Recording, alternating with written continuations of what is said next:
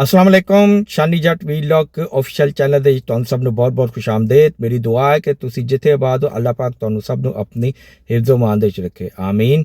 ਮੇਰੇ ਉਹ ਦੋਸਤ ਮੇਰੇ ਉਹ ਭਰਾ ਜਿਹੜੇ ਅੱਜ ਪਹਿਲੀ ਵਾਰੀ ਮੇਰੇ ਚੈਨਲ ਦੇ ਵਿੱਚ ਆਏ ਨੇ ਉਹਨਾਂ ਕੋਲੋਂ ਗੁਜ਼ਾਰਿਸ਼ ਹੈ ਕਿ ਮੇਰੇ ਚੈਨਲ ਨੂੰ ਜ਼ਿਆਦਾ ਤੋਂ ਜ਼ਿਆਦਾ ਸਬਸਕ੍ਰਾਈਬ ਕਰੋ, ਲਾਈਕ ਕਰੋ, ਸ਼ੇਅਰ ਕਰੋ ਤੇ ਘੰਟੀ ਦੇ ਨਿਸ਼ਾਨ ਨੂੰ ਦਬਾ ਦਿਓ ਤਾਂ ਕਿ ਮੇਰਾ ਵੀਲੌਗ बर वक्त ਤੁਹਾਡੇ ਤੱਕ ਪਹੁੰਚੇ ਤੇ ਮੇਰਾ ਵੀਲੌਗ ਕੋਸ਼ਿਸ਼ ਕਰੋ ਕਿ ਆਖਰ ਤੱਕ ਦੇਖੋ ਤਾਂ ਕਿ ਹਰ ਖਬਰ ਜਿਹੜੀ ਨਾ ਤੁਹਾਡੇ ਤੱਕ ਤਫਸੀਲ ਨਾਲ ਪਹੁੰਚੇ।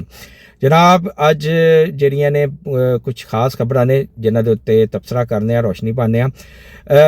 ਮਲਕ ਰਿਆਜ਼ ਤੇ ਉਹਦਾ ਪੁੱਤਰ ਅਲੀ ਰਿਆਜ਼ ਇਹਨਾਂ ਦੇ ਜਨਾਬ ਇੰਟਰਪੋਲ ਵੱਲੋਂ ਜਿਹੜੇ ਨੇ ਰੈੱਡ ਵਾਰੰਟ ਜਿਹੜੇ ਨੇ ਜਾਰੀ ਹੋ ਚੁੱਕੇ ਨੇ।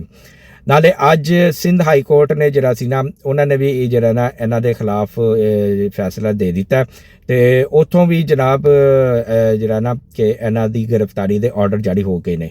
ਇੱਕ ਰੈੱਡ ਵਾਰੰਟ ਜਾਰੀ ਹੋਏ ਨੇ ਇੰਟਰਪੋਲ ਵੱਲੋਂ ਤੇ ਇੱਕ ਜਿਹੜੇ ਗ੍ਰਿਫਤਾਰੀ ਦੇ ਆਰਡਰ ਜਾਰੀ ਹੋਏ ਨੇ ਉਹ ਹੋਏ ਨੇ ਸਿੰਧ ਜਿਹੜੀ ਹੈਗੀ ਹੈ ਨਾ ਹਾਈ ਕੋਰਟ ਉਧਰੋਂ ਜਾਰੀ ਹੋਏ ਨੇ। ਇਹ ਜਨਾਬ ਮਸਲਾ ਹੈਗਾ ਕਿ ਇਹਨਾਂ ਨੇ ਸਿੰਧ ਦੇ ਵਿੱਚ ਨਾ ਕਈ ਹਜ਼ਾਰ ਏਕੜ ਦੇ ਉੱਤੇ ਜਿਹੜਾ ਸੀ ਨਾ ਜ਼ਮੀਨ ਸੀ ਉਹਦੇ ਉੱਤੇ ਕਬਜ਼ਾ ਕੀਤਾ।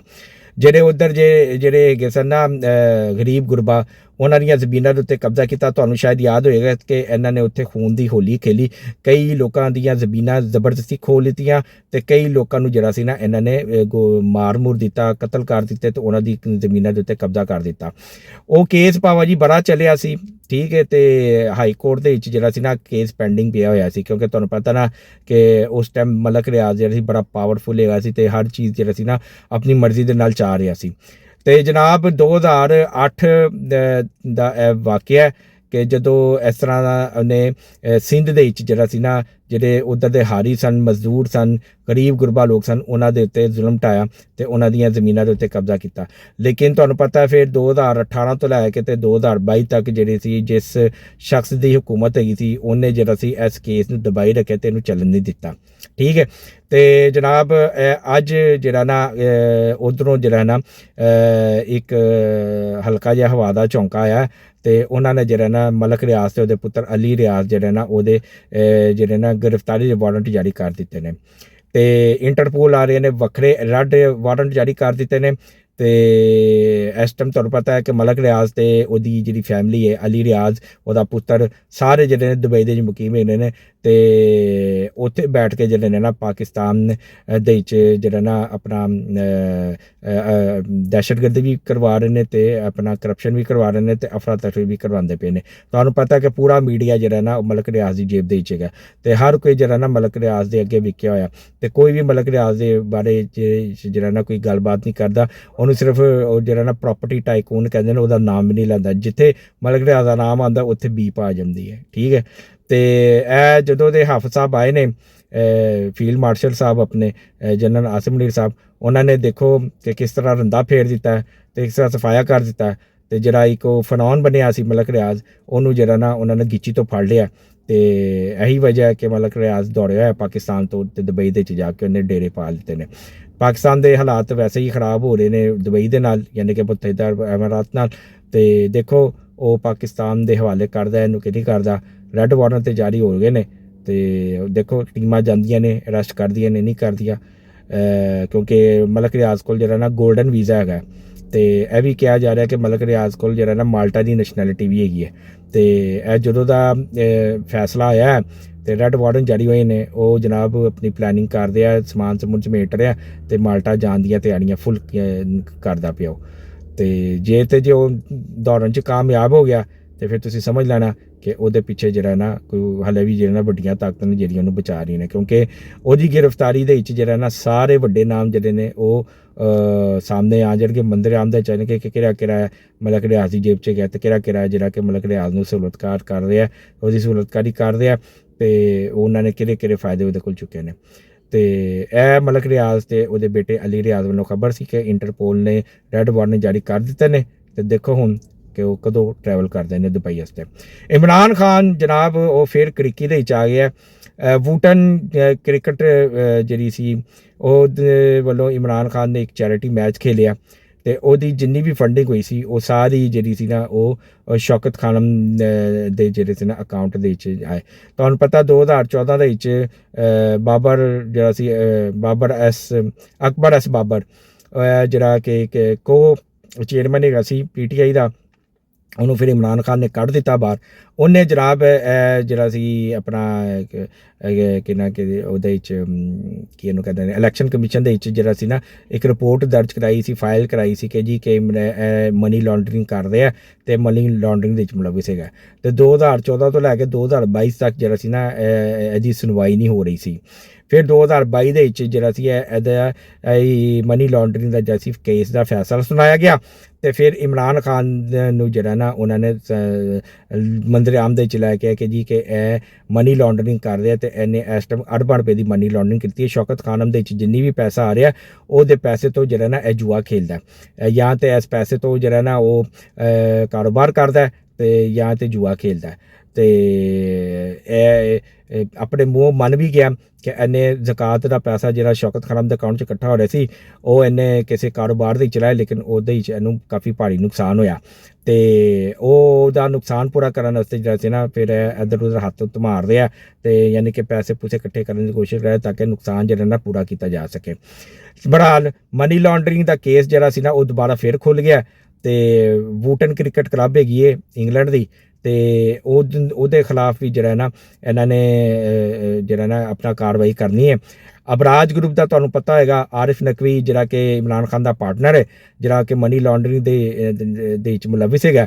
ਇਹਨਾਂ ਨੇ ਜਨਾਬ ਅਮਰੀਕਾ ਦਾ ਜਿਹੜਾ ਬਹੁਤ ਵੱਡਾ ਅਮੀਰ ਤਰੀਨ ਆਦਮੀ ਹੈਗਾ ਜਿਹੜਾ ਕਿ ਇਹਦਾ ਮਾਈਕਰੋਸੋਫਟ ਦਾ ਮਾਲਕ ਹੈਗਾ ਬਿਲ ਗੇਟਸ, ਉਹਨੂੰ ਵੀ ਇਹਨਾਂ ਨੇ ਘੇਰਿਆ ਅਤੇ $1 ਅਰਬ ਦੀ ਜਿਹੜੀ ਨਾ ਉਹਦੇ ਕੋਲੋਂ ਇਨਵੈਸਟਮੈਂਟ ਕਰਾਈ ਅਬਰਾਜ ਗਰੁੱਪ ਦੇ ਵਿੱਚ, ਅਤੇ ਜਨਾਬ ਉਹਨੂੰ ਵੀ ਚੂਨਾ ਲਾ ਦਿੱਤਾ। ਅਤੇ ਉਹਨੇ ਫਿਰ ਕੀ ਨਾਂ ਲਈਦਾ ਬਿਲ ਗੇਟਸ ਨੇ ਜਿਹੜਾ ਸੀ ਇਹਨਾਂ ਦੇ ਖਿਲਾਫ ਮੁਕੱਦਮਾ ਦਰਜ ਕੀਤਾ ਇੰਗਲੈਂਡ ਦੀ ਕਰਾਊਨ ਮੈਜਿਸਟਰੇਟ ਦੇ ਵਿੱਚ। ਅਤੇ ਉਹਨਾਂ ਨੇ ਜਦੋਂ ਸਾਡੇ ਸਬੂਤ ਪੇਸ਼ ਕੀਤੇ ਅਤੇ ਉਹ ਫਿਰ ਜਿਹੜਾ ਸੀ ਨਾ ਆਰਿਫ ਨਕਵੀ ਜਿਹੜਾ ਸੀ ਉਹ ਫੜਿਆ ਗਿਆ ਇੰਗਲੈਂਡ ਤੋਂ, ਅਤੇ ਉਹ ਹਾਲੇ ਤੱਕ ਜ਼ੇਰੇ ਹਿਰਾਸਤ 'ਤੇ ਗਿਆ। ਅਤੇ ਉਹਨੇ ਜਨਾਬ ਜਦੋਂ ਉਹਨੂੰ ਫੜਿਆ ਗਿਆ ਅਤੇ ਉਹਦੀ ਜਿਹੜੀ ਫੋਨ ਡਿਕਸ਼ਨਰੀ ਹੈਗੀ ਸੀ ਉਹਦੇ ਟੌਪ ਦੇ ਵਿੱਚ ਜਿਹੜਾ ਨੰਬਰ ਸੀ ਉਹ ਇਮਰਾਨ ਖਾਨ ਦਾ ਸੇਵ ਹੈਗਾ ਸੀ। ਅਤੇ ਸਭ ਤੋਂ ਪਹਿਲਾ ਨੰਬਰ ਤੇ ਮਿਲਾਇਆ ਹੀ ਉਹਨੇ ਇਮਰਾਨ ਖਾਨ ਨੂੰ ਸੀ ਕਿ ਲੋ ਜੀ ਭਾਜੀ ਮੈਂ ਫੜਿਆ ਗਿਆ ਜੇ ਅਤੇ ਹੁਣ ਤੁਸੀਂ ਆਪਣਾ ਦੱਸੋ ਕੀ ਕਰਨਾ। ਅਤੇ ਲਿਹਾਜ਼ਾ ਇਮਰਾਨ ਖਾਨ ਜਿਹੜਾ ਨਾ ਉਹਦੇ ਜਿਹੜਾ ਖਿਲਾਫ ਜਿਹੜਾ ਨਾ ਆਰਿਫ ਨਕਵੀ ਜਿਹੜਾ ਨਾ ਉਹ ਵਾਦਾ ਮਾਫ ਗਵਾਹ ਬਣਿਆ ਹੋਇਆ। ਅਤੇ ਉਹ ਦੇਖੋ ਇਹ ਕੇਸ ਦੁਬਾਰਾ ਖੁੱਲ੍ਹ ਗਿਆ ਅਤੇ ਦੁਬਾਰਾ ਉਹਨਾਂ ਦੀ ਤਹਿਕੀਕਾਤ ਹੋ ਰਹੀ ਹੈ ਅਤੇ ਪਾਕਿਸਤਾਨ ਦੇ ਵਿੱਚ। ਅਤੇ ਦੇਖੋ ਕਿ ਪਾਕਿਸਤਾਨ ਵਾਲੇ ਜਿਹੜੇ ਨੇ ਪਾਕਿਸਤਾਨ ਦੇ ਅਦਾਲਤ ਕਦੋਂ ਇਮਰਾਨ ਖਾਨ ਦੇ ਖਿਲਾਫ ਸਖਤ ਤਰੀਨ ਜਿਹੜਾ ਨਾ ਉਹਦੇ ਖਿਲਾਫ ਕਾਰਵਾਈ ਦਾ ਹੁਕਮ ਵੀ ਦਿੰਦੀ ਹੈ ਅਤੇ ਉਹਦੇ ਖਿਲਾਫ ਜਿਹੜਾ ਨਾ ਫੈਸਲਾ ਸੁਣਾਉਂਦੀ ਹੈ। ਮਰੀਮ ਨਵਾਜ਼ ਸਾਹਿਬਾ ਵਜ਼ੀਰ ਆਲਾ ਪੰਜਾਬ, ਉਹਨਾਂ ਦੇ ਬਾਰੇ 'ਚ ਅਫਵਾਹਾਂ ਉੱਡ ਰਹੀਆਂ ਨੇ ਕਿ ਉਹਨਾਂ ਨੂੰ ਕੈਂਸਰ ਹੈਗਾ। ਮਨਸੂਰ ਅਲੀ ਖਾਨ ਸਾਹਿਬ ਜਿਹੜੇ ਨੇ ਉਹ ਬੜੇ ਵੱਡੇ ਪਾਕਿਸਤਾਨ ਦੇ ਸਹਾਫੀ ਨੇ ਅਤੇ ਆਪਣਾ ਪ੍ਰੋਗਰਾਮ ਵੀ ਕਰਦੇ ਨੇ ਅਤੇ ਆਪਣਾ YouTube ਚੈਨਲ ਵੀ ਚਲਾਉਂਦੇ ਨੇ। ਉਹਨਾਂ ਦੇ ਨੂੰ ਜਿਹੜਾ ਨਾ ਇਹਦੇ ਨਾਲ ਜਿਹੜਾ ਨਾ ਉਹ ਨੱਥੀ ਕਰਕੇ ਅਤੇ ਦੱਸਦੇ ਪਏ ਨੇ ਕਿ ਜੀ ਮਨਸੂਰ ਅਲੀ ਖਾਨ ਨੇ ਜਿਹੜਾ ਸੀ ਨਾ ਇਹ ਖਬਰ ਬ੍ਰੇਕ ਕੀਤੀ ਹੈ ਕਿ ਮਰੀਮ ਨਵਾਜ਼ ਜਿਹੜੇ ਨਾ ਉਹਨਾਂ ਨੂੰ ਕੈਂਸਰ ਹੈਗਾ। ਅਤੇ ਇਹ ਜਿਹੜੀ ਖਬਰ ਹੈ ਨਾ ਇਹ ਜਨਾਬ ਜੰਗਲ ਦੇ ਵਿੱਚ ਅੱਗ ਦੀ ਤਰ੍ਹਾਂ ਫੈਲ ਗਈ ਹੈ ਪੂਰੇ ਮੀਡੀਆ 'ਤੇ ਅਤੇ ਬੜਾ ਇਹਦਾ ਸ਼ੋਰ ਗੁਲ ਹੈਗਾ। ਲੇਕਿਨ ਜਿਹੜੀ ਸਾਡੀ ਵਜ਼ੀਰ ਇਤਲਾਤ ਹੈ ਮੁਹਤਰਮਾ ਉਜ਼ਮਾ ਬਖਾਰੀ ਸਾਹਿਬਾ, ਉਹਨਾਂ ਨੇ ਪ੍ਰੈਸ ਕਾਨਫਰੰਸ ਕੀਤੀ ਹੈ ਅਤੇ ਇਸ ਖਬਰ ਨੂੰ ਜਿਹੜਾ ਨਾ ਝੂਠ ਕਰਾਰ ਦਿੱਤਾ ਕਿ ਜੀ ਇਹ ਸਿਵਾਏ ਝੂਠ ਦੇ ਹੋਰ ਕੁਛ ਨਹੀਂ ਹੈਗਾ, ਮਰੀਮ ਨਵਾਜ਼ ਸਾਹਿਬਾ ਨੂੰ ਕੁਛ ਵੀ ਨਹੀਂ ਹੈਗਾ। ਮਰੀਮ ਨਵਾਜ਼ ਸਾਹਿਬਾ ਦੀ ਤਬੀਅਤ ਖਰਾਬ ਸੀ ਉਦੋਂ ਜਦੋਂ ਉਹ ਇਮਰਾਨ ਖਾਨ ਦੇ ਹਕੂਮਤ ਦੇ ਵਿੱਚ ਉਹਨਾਂ ਨੂੰ ਕੈਦ ਕੀਤਾ ਗਿਆ ਸੀ। ਉਹਨਾਂ ਨੂੰ ਕਿਸੇ ਕਿਸਮ ਦੀ ਕੋਈ ਸਿਹਤ ਦੀ ਸਹੂਲਤ ਮੁਹੱਈਆ ਨਹੀਂ ਕੀਤੀ ਗਈ ਸੀ। ਉਹਨਾਂ ਦਾ ਬਾਕਾਇਦਾ ਪਾਸਪੋਰਟ ਵੀ ਆਪਣੇ ਕਬਜ਼ੇ 'ਚ ਕੀਤਾ ਸੀ। ਲੇਕਿਨ ਫਿਰ ਜਦੋਂ ਅਦਾਲਤ ਦੇ ਵਿੱਚ ਕੇਸ ਗਿਆ ਅਤੇ ਮਰੀਮ ਨਵਾਜ਼ ਸਾਹਿਬਾ ਨੂੰ ਰਿਲੀਫ ਦਿੱਤਾ ਗਿਆ, ਉਹਨਾਂ ਦਾ ਪਾਸਪੋਰਟ ਵਾਪਸ ਦਿੱਤਾ ਅਤੇ ਉਹਨਾਂ ਨੂੰ ਫਿਰ ਜਿਹੜਾ ਇਜਾਜ਼ਤ ਦੇ ਕੇ ਜੀ ਤੁਸੀਂ ਕਿੱਥੇ ਵੀ ਜਾ ਕੇ ਆਪਣਾ ਇਲਾਜ ਕਰਾ ਸਕਦੇ ਹੋ। ਅਤੇ ਫਿਰ ਉਹ ਉੱਧਰ ਗਏ ਸਨ ਜਨੇਵਾ ਅਤੇ ਉੱਥੇ ਜਾ ਕੇ ਅਤੇ ਫਿਰ ਉਹਨਾਂ ਨੇ ਆਪਣਾ ਜਿਹੜਾ ਇਲਾਜ ਹੈਗਾ ਸੀ ਉਹ ਕਰਵਾਇਆ ਅਤੇ ਡਾਕਟਰਾਂ ਨੇ ਜਿਹੜਾ ਸੀ ਉਹ ਸਾਰਾ ਚੈੱਕ ਕੀਤਾ ਅਤੇ ਕੋਈ ਕੈਂਸਰ ਡਾਇਗਨੋਜ਼ ਨਹੀਂ ਕੀਤਾ। ਅਤੇ ਉਹਨਾਂ ਨੇ ਕਿਹਾ ਜੀ ਤੁਹਾਨੂੰ ਕੋਈ ਕੈਂਸਰ ਨਹੀਂ ਹੈਗਾ ਅਤੇ ਤੁਹਾਨੂੰ ਕਿਸੇ ਕਿਸਮ ਦਾ ਕੋਈ ਮਰਜ਼ ਨਹੀਂ ਹੈਗਾ, ਬਸ ਥੋੜ੍ਹਾ ਜਿਹਾ ਜਿਹੜਾ ਤੁਹਾਨੂੰ ਜ਼ਰਾ ਬਸ ਉਹ ਸਿਹਤ ਦੇ ਮਸਾਇਲ ਹੈਗੇ ਨੇ, ਲੇਕਿਨ ਇਸ ਤੋਂ ਇਲਾਵਾ ਹੋਰ ਕੁਛ ਨਹੀਂ ਹੈਗਾ। ਅਤੇ ਇਹ ਬੜੀ ਪੁਰਾਣੀ ਖਬਰ ਹੈਗੀ ਸੀ ਜਿਹਨੂੰ ਹੁਣ ਦੀ ਖਬਰ ਬਣਾ ਕੇ ਜਿਹੜਾ ਨਾ ਨੱਥੀ ਕਰ ਰਹੇ ਸਨ। ਲੇਕਿਨ ਉਹ ਸਾਰਾ ਉਹਨਾਂ ਦਾ ਯੂਥੀਆਂ ਦਾ ਜਿਹੜਾ ਹੈਗਾ ਸੀ ਜਿਹੜਾ ਪ੍ਰੋਪੇਗੈਂਡਾ ਸੀ ਉਹ ਸਾਰਾ ਇਹਨਾਂ ਦੇ ਉੱਤੇ ਪੈ ਗਿਆ। ਤੇ ਮਰੀਮ ਨਵਾਜ਼ ਸਾਹਿਬਾ ਨੂੰ ਬਰਾ ਇਸ ਕਿਸਮ ਦੀ ਕੋਈ ਬਿਮਾਰੀ ਨਹੀਂ ਹੈ। ਅੱਲਾਹ ਤਾਲਾ ਮਰੀਮ ਨਵਾਜ਼ ਸਾਹਿਬਾ ਨੂੰ ਆਪਣੀ ਹਿਜ਼ਮਾਨ 'ਚ ਰੱਖੇ, ਉਹਨਾਂ ਨੂੰ ਸਿਹਤ ਤੰਦਰੁਸਤੀ ਵਾਲੀ ਜ਼ਿੰਦਗੀ ਅਤਾ ਕਰੇ। ਆਮੀਨ ਸੁਮ ਆਮੀਨ। ਜਨਾਬ ਪਰਵੇਜ਼ ਇਲਾਹੀ ਦੇ ਹਵਾਲੇ ਨਾਲ ਇੱਕ ਖਬਰ ਜਿਹੜੀ ਨਾ ਬੜੀ ਗਰਦਿਸ਼ ਕਰਦੀ ਹੈ ਮਾਰਕੀਟ ਦੇ ਵਿੱਚ ਕਿ ਉਹ ਪੀਪਲ ਪਾਰਟੀ 'ਚ ਜੁਆਇਨ ਹੋ ਰਹੇ ਨੇ। ਉਹਨਾਂ ਦੀ ਤਸਵੀਰ ਬਲਾਵਲ ਜਿਹੜੇ ਨੇ ਬਲਾਵਲ ਭੁੱਟੋ ਜ਼ਰਦਾਰੀ ਉਹਨਾਂ ਦੇ ਨਾਲ ਜਿਹੜੀ ਨਾ ਉਹ ਬੜੀ ਵਾਇਰਲ ਹੁੰਦੀ ਪਈ ਹੈ। ਤੇ ਇਹੀ ਕਿਆਸ ਰਾਹੀਂ ਹੋ ਰਹੇ ਨੇ ਕਿ ਪਰਵੇਜ਼ ਇਲਾਹੀ ਜਿਹੜੇ ਨੇ ਉਹ ਪੀਪਲ ਪਾਰਟੀ 'ਚ ਜਾ ਰਹੇ ਨੇ। ਕੁਝ ਦਿਨ ਪਹਿਲੇ ਤੁਹਾਨੂੰ ਉਸਮਾਨ ਬਜ਼ਾਰ ਦੀ ਵੀ ਤਸਵੀਰ ਨਜ਼ਰ ਆਈ ਸੀ ਕਿ ਉਹ ਗੱਡੀ ਚਲਾ ਰਹੇ ਸਨ ਤੇ ਨਾਲ ਵਾਲੀ ਸੀਟ ਦੇ ਵਿੱਚ ਸੈਨੇਟਰ ਚੇਅਰਮੈਨ ਜਿਹੜੇ ਨੇ ਯੂਸਫ ਰਜ਼ਾ ਗਿਲਾਨੀ ਸਾਹਿਬ ਬੈਠੇ ਹੋਏ ਨੇ।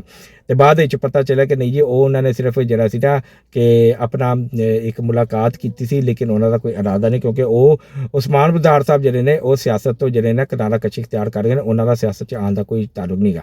ਰਹਿ ਗਈ ਗੱਲ ਪਰਵੇਜ਼ ਇਲਾਹੀ ਦੀ, ਤੇ ਪਰਵੇਜ਼ ਇਲਾਹੀ ਜਨਾਬ ਇਹ ਬਿਲਕੁਲ ਵੀ PTI ਪੀਪਲ ਪਾਰਟੀ 'ਚ ਸ਼ਾਮਿਲ ਨਹੀਂ ਹੋ ਰਿਹਾ। ਕਿਉਂਕਿ ਇਹ ਜਿਹੜੀ ਤਸਵੀਰ ਤੁਸੀਂ ਦੇਖ ਰਹੇ ਹੋ ਇਹ AI ਜਨਰੇਟਿਡ ਵੀਡੀਓ ਹੈ, ਤਸਵੀਰ ਹੈਗੀ ਹੈ, ਇਹਦਾ ਹਕੀਕਤ ਦੇ ਨਾਲ ਕੋਈ ਤਾਲੁਕ ਨਹੀਂ, ਕਿਉਂਕਿ ਪਰਵੇਜ਼ ਇਲਾਹੀ ਨੂੰ ਕੋਈ ਵੀ ਲੈਣ ਨੂੰ ਤਿਆਰ ਨਹੀਂ ਹੈਗਾ। ਪਰਵੇਜ਼ ਇਲਾਹੀ ਨੂੰ ਉਹਦੇ ਆਪਣੇ ਘਰ ਵਾਲੇ ਲੈਣ ਨੂੰ ਤਿਆਰ ਨਹੀਂ ਹੈਗੇ, ਤੇ ਬਾਹਰ ਵਾਲੇ ਨੇ ਕੀ ਲੈਣਾ, ਕਿਉਂਕਿ ਪਰਵੇਜ਼ ਇਲਾਹੀ ਨੇ ਜੋ ਹਰਕਤਾਂ ਕੀਤੀਆਂ ਨੇ, ਇੱਕ ਤੇ ਇਹਨੇ ਅਸੈਂਬਲੀ ਤੋੜੀ, ਦੂਸਰਾ ਇਹਨੇ ਐਸਟੈਬਲਿਸ਼ਮੈਂਟ ਨੂੰ ਨਾਰਾਜ਼ ਕੀਤਾ। ਹਾਲਾਂਕਿ ਉਹਨਾਂ ਨੇ ਕਿਹਾ ਵੀ ਸੀ ਕਿ ਬਈ ਤੂੰ ਅਸੈਂਬਲੀ ਨਹੀਂ ਤੋੜਨੀ ਤੇ ਮੁਲਕ ਨੂੰ ਜਿਹੜਾ ਨਾ ਉੱਥੇ ਡਿਫਾਲਟ ਦੇ ਧਿਆਨ ਨਹੀਂ ਲੱਗ ਜਾਣ, ਲੇਕਿਨ ਇਹ ਇਸ਼ਕੇ ਇਮਰਾਨ ਦੇ ਵਿੱਚ ਇਹਨੇ ਅਸੈਂਬਲੀ ਵੀ ਤੋੜੀ ਤੇ ਪਾਕਿਸਤਾਨ ਨੂੰ ਸ਼ਦੀਦ ਨੁਕਸਾਨ ਵੀ ਪਹੁੰਚਾ। ਤੇ ਲਿਹਾਜ਼ਾ ਨਾ ਇਹ ਐਸਟੈਬਲਿਸ਼ਮੈਂਟ ਦੇ ਫੇਵਰ ਹੈਗਾ ਤੇ ਨਾ ਹੀ ਹੁਕੂਮਤ ਵਾਸਤੇ ਤੇ ਨਾ ਹੀ ਕਿਸੇ ਹੋਰ ਪਾਰਟੀ ਵਾਸਤੇ, ਕਿੱਥੇ ਵੀ ਨਹੀਂ ਜਾ ਸਕਦਾ। ਜੇ ਇਹ ਜਾ ਸਕਦਾ ਤਾਂ ਫਿਰ ਕਾਫ ਲੀਗ ਦੇ ਵਿੱਚ ਦੁਬਾਰਾ ਜਾ ਸਕਦਾ ਜੇ ਤੇ ਉਹਨਾਂ ਨੇ ਆਪਣਾ ਐਕਸੈਪਟ ਕੀਤਾ ਇਹਨੂੰ। ਵਰਨਾ ਮੂਨਸ ਇਲਾਹੀ ਤੁਹਾਨੂੰ ਪਤਾ ਉਹ ਫਰਾਰ ਹੈਗਾ, ਉਹਨੇ ਵੈਸੇ ਹੀ ਦਰਵਾਜ਼ੇ ਬੰਦ ਕਰ ਦਿੱਤੇ। ਉਹਨੇ ਕਿਹਾ ਜੀ ਹਰ ਕੋਈ ਆਪਣੀ ਸਿਆਸਤ ਕਰੇ ਤੇ ਚੌਧਰੀ ਸ਼ੁਜਾਤ ਆਪਣੀ ਸਿਆਸਤ ਕਰੇ ਤੇ ਅਸੀਂ ਆਪਣੀ ਸਿਆਸਤ ਕਰਾਂਗੇ। ਤੇ ਲਿਹਾਜ਼ਾ ਇਸ ਟਾਈਮ ਗੁਜਰਾਤ ਦੇ ਵਿੱਚ ਜਿਹੜਾ ਨਾ ਪਰਵੇਜ਼ ਇਲਾਹੀ ਦਾ ਚੈਪਟਰ ਬਿਲਕੁਲ ਕਲੋਜ਼ ਹੋ ਗਿਆ ਤੇ ਉੱਥੇ ਸਿਰਫ ਜਿਹੜਾ ਚੌਧਰੀ ਸ਼ੁਜਾਤ ਹੁਸੈਨ ਤੇ ਉਹਦੇ ਪੁੱਤਰਾਂ ਜਿਹੜੇ ਚੌਧਰੀ ਸਾਲਕ ਹੁਸੈਨ ਉਹਨਾਂ ਦੀ ਜਿਹੜੀ ਨਾ ਸਿਆਸਤ ਦਾ ਇਸ ਟਾਈਮ ਡੰਕਾ ਜਿਹੜਾ ਨਾ ਵੱਜ ਰਿਹਾ ਤੇ ਪਰਵੇਜ਼ ਇਲਾਹੀ ਜਿਹੜਾ ਨਾ ਬਿਲਕੁਲ ਹੀ ਜਿਹੜਾ ਨਾ ਸਮਝ ਲਓ ਕਿ ਖਤਮਸ਼ੁਦ ਹੋ ਗਿਆ। ਇੰਡੀਆ ਦੇ ਹਵਾਲੇ ਨਾਲ ਜਨਾਬ ਬੜੀ ਅਹਿਮ ਖਬਰ ਹੈਗੀ, ਇੰਡੀਆ ਨੇ ਆਪਣੀਆਂ ਫੌਜਾਂ ਜਿਹੜੀਆਂ ਨੇ ਨਾ ਉਹ ਬਾਰਡਰ ਦੇ ਉੱਤੇ ਭੇਜਣਾ ਸ਼ੁਰੂ ਕਰ ਦਿੱਤੀਆਂ ਨੇ। ਅਜੀਤ ਦੋਵਲ ਜਦੋਂ ਦਾ ਮਿਲ ਕੇ ਆਇਆ ਉਹਨੂੰ ਦੁਬਈ ਮੁਤਹਿਦਾ ਅਰਬ ਅਮੀਰਾਤ ਦੇ ਅਮੀਰ ਨੂੰ ਮਿਲ ਕੇ ਆਇਆ, ਉਦੋਂ ਬਾਅਦ ਜਿਹੜਾ ਨਾ ਉਹਨਾਂ ਨੇ ਜਿਹੜਾ ਨਾ ਕਾਰਵਾਈਆਂ ਕਰਨੀਆਂ ਸ਼ੁਰੂ ਕਰ ਦਿੱਤੀਆਂ ਨੇ, ਫੌਜਾਂ ਭੇਜਣੀਆਂ ਸ਼ੁਰੂ ਕਰ ਦਿੱਤੀਆਂ ਨੇ। ਇਹਦਾ ਮਤਲਬ ਹੈ ਕਿ ਮੁਤਹਿਦਾ ਜਿਹੜੇ ਨਾ ਅਰਬ ਅਮੀਰਾਤ ਉਹਨਾਂ ਨੇ ਗ੍ਰੀਨ ਸਿਗਨਲ ਦੇ ਦਿੱਤਾ, ਹੱਥ ਸਿਰ ਤੇ ਰੱਖ ਲਿੱਤਾ ਕਿ ਤੁਸੀਂ ਜੀ ਆਪਣਾ ਕੰਮ ਸਟਾਰਟ ਕਰੋ ਤੇ ਪੈਸਿਆਂ ਵੱਲੋਂ ਤੁਹਾਨੂੰ ਕੋਈ ਟੈਨਸ਼ਨ ਨਹੀਂ ਹੈਗੀ। ਇਜ਼ਰਾਈਲ ਵੀ ਨਾਲ ਹੈ, ਮੈਂ ਵੀ ਨਾਲ ਹੈ, ਤੇ ਤੁਸੀਂ ਜਿਹੜਾ ਨਾ ਆਪਣਾ ਪਾਕਿਸਤਾਨ ਦੇ ਉੱਤੇ ਜਿਹੜਾ ਨਾ ਕੋਈ ਹਮਲਾ ਸਟਾਰਟ ਕਰੋ। 10 ਮਈ ਨੂੰ ਪਾਕਿਸਤਾਨ ਜਿਹੜਾ ਨਾ ਮਾਰ ਕੇ ਹਕਮਰਾਨ ਜਾ ਰਿਹਾ ਤੇ ਮੈਨੂੰ ਲੱਗ ਰਿਹਾ ਕਿ ਇੰਡੀਆ ਜਿਹੜਾ ਨਾ ਜਾਂ ਉਸ ਤੋਂ ਪਹਿਲਾਂ ਜਾਂ ਉਸੇ ਦਿਨ ਜਿਹੜਾ ਨਾ ਕੋਈ ਐਸੀ ਗੜਬੜ ਕਰੇਗਾ ਕਿ ਜਿਹਦੇ ਨਾਲ ਰੰਗ ਦੇ ਵਿੱਚ ਭੰਗ ਪੈਗਾ। ਲੇਕਿਨ ਇਨਸ਼ਾਅੱਲਾ ਤਾਲਾ ਪਾਕਿਸਤਾਨ ਬਿਲਕੁਲ ਤਿਆਰ ਬੈਠਾ ਤੇ ਪਾਕਿਸਤਾਨ ਦੀ ਰਿਆਸਤ ਜਿਹੜੀ ਨਾ ਇਸ ਦਫਾ ਇੰਡੀਆ ਨੂੰ ਜਿਹੜਾ ਨਾ ਐਸਾ ਮਜ਼ਾ ਚਕਾਏਗੀ ਕਿ ਇਨਸ਼ਾਅੱਲਾ ਤਾਲਾ ਹੁਣ ਜਿਹਦਾ ਮਰਜ਼ੀ ਫੋਨ ਆ ਜਾਏ ਹੁਣ ਇਹਦੀ ਜਿਹੜਾ ਨਾ ਅਸੀਂ ਮਾਂ ਮਾਰ ਕੇ ਛੱਡਣੀ ਹੈ ਇੰਡੀਆ ਦੀ ਇਨਸ਼ਾਅੱਲਾ ਤਾਲਾ। ਤੇ ਜਨਾਬ ਉਧਰੋਂ ਅਫਗਾਨਿਸਤਾਨ ਉਹਨੇ ਵੀ ਫੱਟਾ ਪਾ ਲਿਆ ਤੇ ਇੱਧਰ ਇੰਡੀਆ ਜਿਹੜਾ ਨਾ ਉਹ ਵੀ ਫੱਟੇ ਪਾਉਣ ਦੀ ਕੋਸ਼ਿਸ਼ ਕਰ ਰਿਹਾ, ਲੇਕਿਨ ਪਾਕਿਸਤਾਨ ਜਿਹੜਾ ਨਾ ਬਿਲਕੁਲ ਹੋਪਫੁਲ ਹੈਗਾ ਤੇ ਉਹਨੇ ਪੂਰੀਆਂ ਤਿਆਰੀਆਂ ਕੀਤੀਆਂ ਹੋਈਆਂ ਨੇ ਤੇ ਇਨਸ਼ਾਅੱਲਾ ਤਾਲਾ ਇਹਨਾਂ ਦੋਵਾਂ ਨੂੰ ਐਸੀ ਜਗ੍ਹਾ ਮਾਰਾਂਗੇ ਕਿ ਇਹਨਾਂ ਨੂੰ ਪਾਣੀ ਵੀ ਜਿਹੜਾ ਨਾ ਮਿਲਣਾ ਨਸੀਬ ਵੀ ਨਹੀਂ ਹੋਣਾ ਇਨਸ਼ਾਅੱਲਾ ਤਾਲਾ। ਜਨਾਬੇ ਆਲੀ ਕੰਬੋਡੀਆ ਦੇ ਵਿੱਚ ਜਿਹੜੇ ਨੇ 54 ਪਾਕਿਸਤਾਨੀ ਜਿਹੜੇ ਨੇ ਨਾ ਉਹ ਫਸੇ ਪਏ ਨੇ। ਇਹ ਜਨਾਬ ਉੱਥੇ ਗਏ ਸਨ 2 ਨੰਬਰ ਕੰਪਨੀ ਦੇ ਜ਼ਰੀਏ ਵੀਜ਼ਾ ਲੈ ਕੇ ਗਏ ਤੇ ਉੱਥੇ ਜਾ ਕੇ ਜਿਹੜਾ ਸੀ ਨਾ ਇਹਨਾਂ ਨੇ ਆਪਣਾ ਚੈਲੰਜ ਕਰ ਦਿੱਤਾ ਕਿ ਜੀ ਕਿ ਸਾਡੇ ਕੋਲ ਵੀਜ਼ਾ ਤਾਂ ਸਾਨੂੰ ਇੱਥੇ ਰਹਿੰਦੀ ਹੈ। ਜਦੋਂ ਇਹਨਾਂ ਦੇ ਵੀਜ਼ੇ ਚੈੱਕ ਕੀਤੇ ਗਏ ਤੇ ਉਹ ਜੀ 2 ਨੰਬਰ ਨਿਕਲੇ ਤੇ ਉਹਨਾਂ ਨੇ ਫਿਰ ਉੱਥੇ ਜਾ ਕੇ ਵੀ ਜਿਹੜਾ ਸੀ ਨਾ 1-2 ਨੰਬਰ ਕੰਪਨੀ ਛੱਡ ਕੇ ਦੂਸਰੀ 2 ਨੰਬਰ ਕੰਪਨੀਆਂ ਦੇ ਵਿੱਚ ਚਲੇ ਗਏ। ਹੁਣ ਹੁਕੂਮਤ ਕੋਲੋਂ ਕਹਿ ਰਹੇ ਨੇ ਕਿ ਜੀ ਸਾਡੇ ਮੁੰਡੇ ਜਿਹੜੇ ਨੇ ਬੱਚੇ ਵਾਪਸ ਲਿਆਂਦੇ ਜਾਣ। ਮੇਰਾ ਸਵਾਲ ਇੱਥੇ ਹੈਗਾ ਕਿ ਜਦੋਂ ਤੁਹਾਨੂੰ ਪਤਾ ਸੀ ਕਿ ਤੁਹਾਡੇ ਪੁੱਤਰ ਜਿਹੜੇ ਨੇ 2 ਨੰਬਰ ਕੰਮ ਕਰਦੇ ਨੇ ਤੇ ਫਿਰ ਤੁਸੀਂ ਆਪਣੇ ਬੱਚੇ ਨੂੰ ਕਿਉਂ ਇਜਾਜ਼ਤ ਦਿੱਤੀ ਕਿ ਉਹ ਜਾ ਕੇ ਤੇ ਪਾਕਿਸਤਾਨ ਦਾ ਨਾਮ ਬਦਨਾਮ ਕਰਨ। ਇਸ ਟਾਈਮ ਪਾਕਿਸਤਾਨ ਦੇ ਜਿਹੜੇ ਹੈਗੇ ਨੇ ਵਜ਼ੀਰੇ ਖਾਰਜਾ ਸਾਹਿਬ ਉਹਨਾਂ ਨੇ ਤੇ ਉਹਨਾਂ ਜਿਹੜੇ ਉੱਥੇ ਕੈਦ ਹੈਗੇ ਸਨ 54 ਪਾਕਿਸਤਾਨੀ ਉਹਨਾਂ ਨੂੰ ਰਿਹਾਅ ਤੇ ਕਰਵਾ ਦਿੱਤਾ, ਲੇਕਿਨ ਉਹਨਾਂ ਨੇ ਕਿਹਾ ਜੀ ਕਿ ਤੁਸੀਂ ਵਾਪਸ ਹੁਣ ਇੱਥੇ ਆਪਣੇ ਜ਼ਰੀਏ ਆਉਣਾ, ਸਾਡੇ ਕੋਲ ਇੰਨੇ ਵਸਾਇਲ ਨਹੀਂ ਕਿ ਅਸੀਂ ਤੁਹਾਨੂੰ ਵਾਪਸ ਵੀ ਲੈ ਕੇ, ਕਿਉਂਕਿ ਤੁਸੀਂ ਆਪਣੀ ਮਰਜ਼ੀ ਨਾਲ ਗਏ ਹੋ, ਨਾਲੇ ਉੱਥੇ ਝੂਠ ਬੋਲੀ ਜਾ ਰਹੇ ਹੋ। ਇੱਕ ਝੂਠੀ ਕੰਪਨੀ ਛੱਡ ਕੇ ਦੂਸਰੀ ਝੂਠੀ ਕੰਪਨੀ ਜੁਆਇਨ ਕਰ ਲਈ ਹੈ ਤੇ ਤੁਸੀਂ ਜਿਹੜਾ ਨਾ ਪਾਕਿਸਤਾਨ ਨੂੰ ਸ਼ਦੀਦ ਤੱਕ ਨੁਕਸਾਨ ਪਹੁੰਚਾ ਰਹੇ ਹੋ। ਉਹਦੀ ਸ਼ੋਹਰਤ ਦੇ ਜਿਹੜਾ ਨਾ ਉਹ ਉਹਨਾਂ ਦੀ ਪੋਪੂਲੈਰਿਟੀ ਜਿਹੜੀ ਕਿ ਇਸ ਟਾਈਮ ਪੂਰੀ ਦੁਨੀਆ ਪਾਕਿਸਤਾਨ ਦੀ ਗਰਵੀਦਾ ਤੇ ਤੁਸੀਂ ਉਹਨਾਂ ਦਾ ਨਾਮ ਖਰਾਬ ਕਰਦੇ ਹੋ। ਤੇ ਇਹ ਪਾਕਿਸਤਾਨੀ ਜਿਹੜੇ ਨੇ ਕਰਦੇ ਨੇ। ਮੇਰੀ ਦਰਖਾਸਤ ਹੈ ਵਾਲਿदैन ਕੋਲੋਂ ਕਿ ਪਲੀਜ਼ ਆਪਣੇ ਬੱਚਿਆਂ ਦੇ ਉੱਤੇ ਨਜ਼ਰ ਰੱਖੋ, ਮਤ ਉਹਨਾਂ ਨੂੰ ਜਿਹੜਾ ਨਾ ਲੱਖਾਂ ਰੁਪਇਆ ਦਿਓ ਕਿ ਉਹ ਇਸ ਤਰ੍ਹਾਂ ਏਜੰਟਾਂ ਦੇ ਜ਼ਰੀਏ ਆ ਕੇ ਤੇ ਆਪ ਨੂੰ ਵੀ ਖਰਾਬ ਕਰਨ ਤੇ ਆਪਣੇ ਮੁਲਕ ਨੂੰ ਵੀ ਖਰਾਬ ਕਰਨ। ਤੇ ਜਨਾਬ ਇਹ ਸਨ ਅੱਜ ਦੀਆਂ ਖਬਰਾਂ। ਮੈਨੂੰ ਉਮੀਦ ਹੈ ਕਿ ਤੁਹਾਨੂੰ ਮੇਰਾ ਵੀਲੌਗ ਪਸੰਦ ਆਇਆ ਹੋਏਗਾ। ਜੇ ਤੁਹਾਨੂੰ ਮੇਰਾ ਵੀਲੌਗ ਪਸੰਦ ਆਇਆ, ਲਾਈਕ ਤੇ ਸ਼ੇਅਰ ਜ਼ਰੂਰ ਕਰੋ ਤੇ ਜ਼ਿਆਦਾ ਤੋਂ ਜ਼ਿਆਦਾ ਜਿਹੜਾ ਨਾ ਇਹਨੂੰ ਤੁਸੀਂ ਕਰੋ ਕਿ ਨਾਲ ਲਈਦਾ ਲੋਕਾਂ ਤੱਕ ਪਹੁੰਚਾਓ ਤਾਂ ਕਿ ਮੇਰੇ ਜਿਹੜੇ ਨੇ ਲੋਕ ਜ਼ਿਆਦਾ ਦੇਖ ਸਕਣ। ਤੇ ਆਪਣਾ ਵੀਲੌਗ ਮੈਂ ਇਸ ਨਾਰੇ ਨਾਲ ख़त्म करना। पाकिस्तान हमेशा जिंदाबाद।